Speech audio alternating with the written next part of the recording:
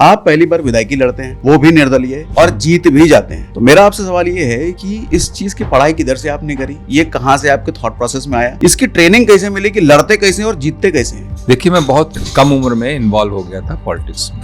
पहला मेरा electoral participation जो था वो 1991 जब राम मंदिर आंदोलन अपने चरम पे था। नारा लग रहा था, बच्चा बच्चा राम का, जन्मभूमि के काम।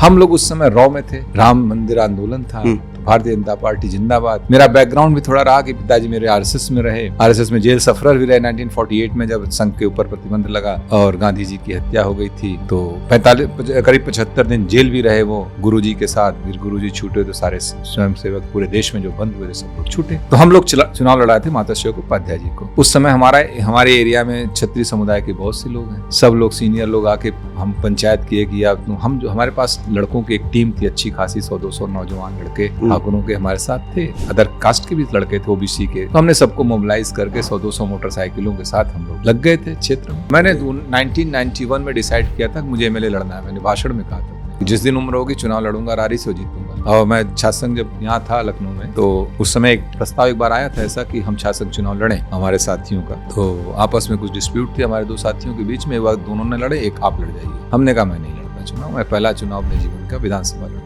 हकीकत भी इसलिए मुझे बहुत अवसर में मैं चाहता अपने ब्लॉक का निर्विरोध ब्लॉक प्रमुख होता, लेकिन हमने कभी डिसाइड ही नहीं किया। हमने कहा पहला चुनाव जनता का विधानसभा, और लड़े, हम जीते।